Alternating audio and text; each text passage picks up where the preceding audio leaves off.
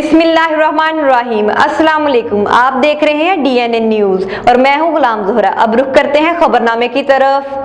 DPO कसूर तारक अजीज सिंधु का सख्त एक्शन। करप्शन में मुलव्वस किसी सूरत में मुल्ज़मान को माफ नहीं किया जाएगा। पुलिस मुल्ज़मान जो महकमा पुलिस की बदनामी का बायस बनते हैं, इनके साथ ऐसा ही सलूक करना चाहिए। अदर रूम में पेशी पर एक सब इंस्पेक्टर और एक TW को नौकरी से बर्खास्तगी जबकि 12 एहलकारों को दीगर सजाएं।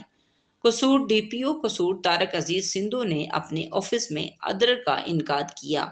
करप्शन का इल्जाम साबित होने पर थाना सिटी फूलनगर में तैनात सब इंस्पेक्टर जफरुल्लाह को नौकरी से बर्खास्तगी की सजा दी है।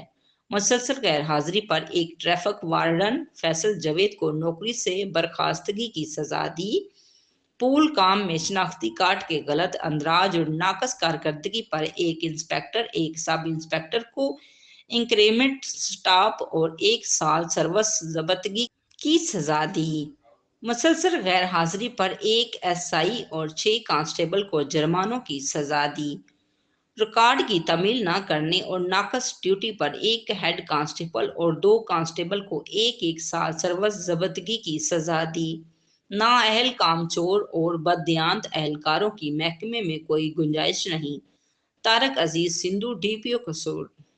अब तक के लिए इतना ही। मजीद बाखबर रहने के लिए हमारे साथ रहिएगा।